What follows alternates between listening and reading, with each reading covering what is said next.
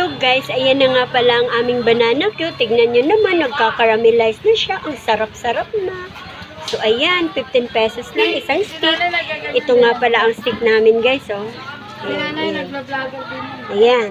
Ayan yung stick namin. Ito naman ang buko namin guys. Paubos na siya kasi wala siyang magic sarap. Ay, magic sugar pala. So ito naman guys, ang aming.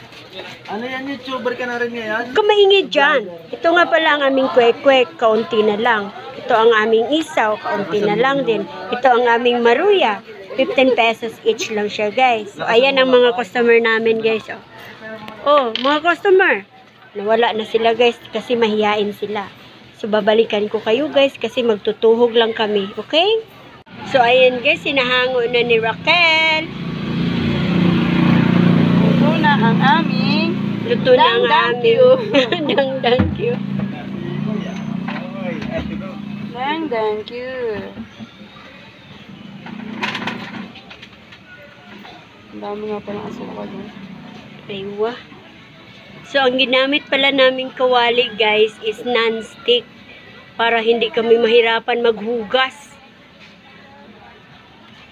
So, ayan na. Ang sarap-sarap.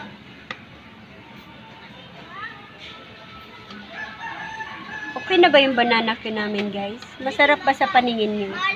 Comment lang kayo dyan sa baba.